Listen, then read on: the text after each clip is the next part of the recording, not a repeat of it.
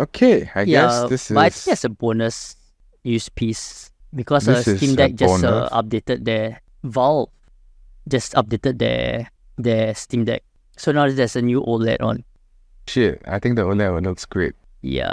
Okay, so there has been a couple of reviews and stuff out actually, but still something worth mentioning because the next update, or rather the next Steam Deck 2, right? They said it won't be coming for a couple of years, so everything until then is just going to be incremental updates.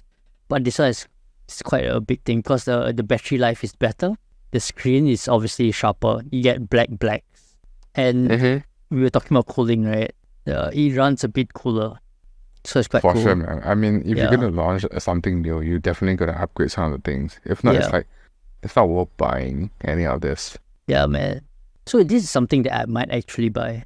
Because I mean, when you consider compared to like Lenovo Legion Go and the Asus one, right? This one is actually way more affordable for the kind of on-the-go games that you might actually play that comes from Steam. For sure, man. For sure. Yeah. And you can use it as a PC. Just to play games. Might as well just buy a PC, right? Yeah. For the same price, you can actually get a decent low-end PC. For sure, man.